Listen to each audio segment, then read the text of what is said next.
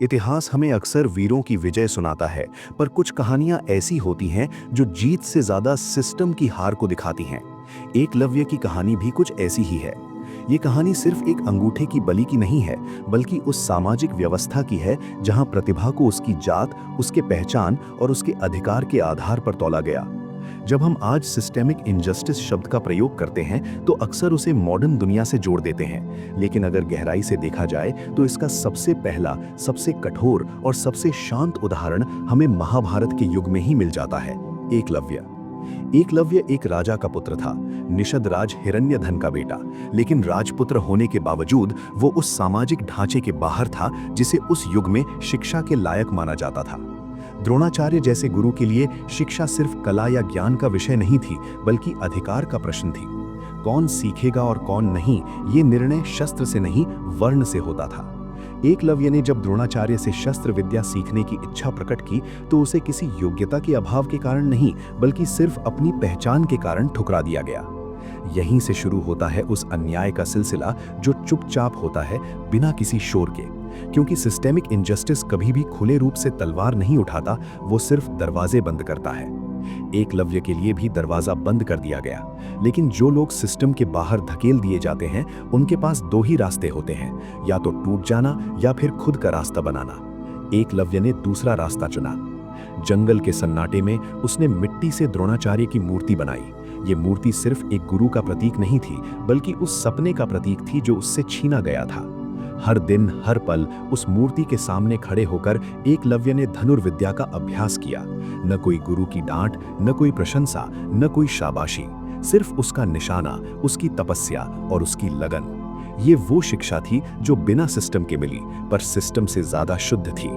समय बीतता गया और एकलव्य की कला निखरती चली गई।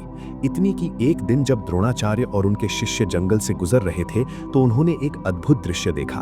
एक कुत्ता जिसका मुंह तीर से बंधा हुआ था, बिना खून के, बिना हिंसा के। ये कला सिर्फ एक महान धनुर्धर ही दिखा सकता था।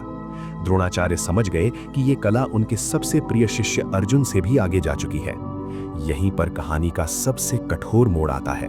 जब द्रोणाचार्य ने एकलव्य से पूछा कि उसका गुरु कौन है, तो एकलव्य ने विनम्रता से कहा, आप। ये एक शिष्य का सच्चा भाव था। उसने कभी अधिकार नहीं मांगा, सिर्फ मार्गदर्शन चाहा।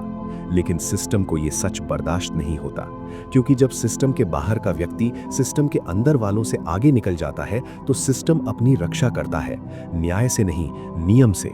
द्रोणाचार्य ने एकलव्य से गुरु दक्षिणा मांगी, और वो दक्षिणा थी उसका दाहिना अंगूठा। एक धनुर्धर के लिए अंगूठा सिर्फ शरीर का हिस्सा नहीं होता, वो उसकी पहचान होती है, उसकी पहली, उसका भविष्य, उसका सपना, सब कुछ। एकलव्य ने एक पल के लिए भी सवाल नहीं किया।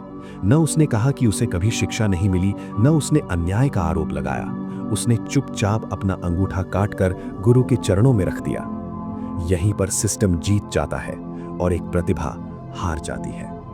इस कहानी का सबसे भयानक पहलू ये नहीं है कि एकलव्य का अंगूठा काट लिया गया, बल्कि ये है कि उसे ये विश्वास दिला दिया गया कि ये बलिदान धर्म है। सिस्टेमिक इनजस्टिस का सबसे शक्तिशाली रूप वही होता है जहां पीड़ित व्यक्ति को लगने लगता है कि उसका दुख ही उसका कर्तव्य है। एकलव्य ने विरोध नहीं किया क्योंकि उसे सिखाया गया था कि अधिकार मांगना गलत है। आज के युग में एकलव्य जंगल में नहीं रहता, वो शहरों में है, स्कूल्स में है, ऑफिसेज में है।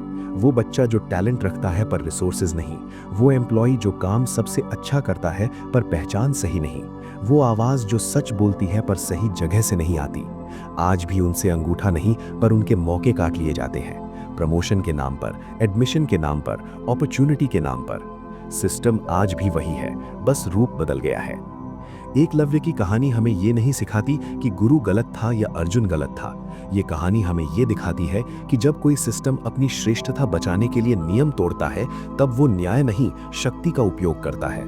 और जब शक्ति न्याय से अलग हो जाती है तो सबसे पहले जो चीज कुर्बान होती है वो होती है प्रतिभा। अंतर यात्रा के इस सफर में शायद हमें ये पूछना चाहिए, हम किस तरफ खड़े हैं? गुरु के पास, शिष्य के पास, या उस सिस्टम के पास जो चुपचाप फैसले करता है? और सबसे गहरा सवाल, क्या हमने कभी किसी का अंगूठा बिना देखे काट दिया है, सिर्फ इसलिए क्योंकि वो हमारे जैसे नहीं थे? एकलव्य ने अपना अंगूठा दिया, पर उसने अपनी शिक्षा नहीं छोड़ी। इतिहास भले ही उसे महान योद्धा के रूप में याद न रखे, पर वो हमेशा उस आवाज का प्रतीक रहेगा जो बिना चीखे भी सिस्टम को नंगा कर देती है। क्योंकि कुछ अन्याय इतने गहरे होते हैं कि उनके खिलाफ चिल्लाना भी सिस्टम का हिस्सा बन जाता है। और शायद सबसे बड़ा प्रश्न ये नहीं है कि एकलव्य ने अंगूठा क्यों दिया। सबसे बड़ा प्रश्न ये है कि क्या आज भी हम किसी न किसी एकलव्य से उसका अंगूठा मांग रहे हैं। अंतर यात्रा यहीं पर चुप होता है, क्योंकि जवाब शब्द में नहीं, हमारे व्यवहार में छुपा होता है।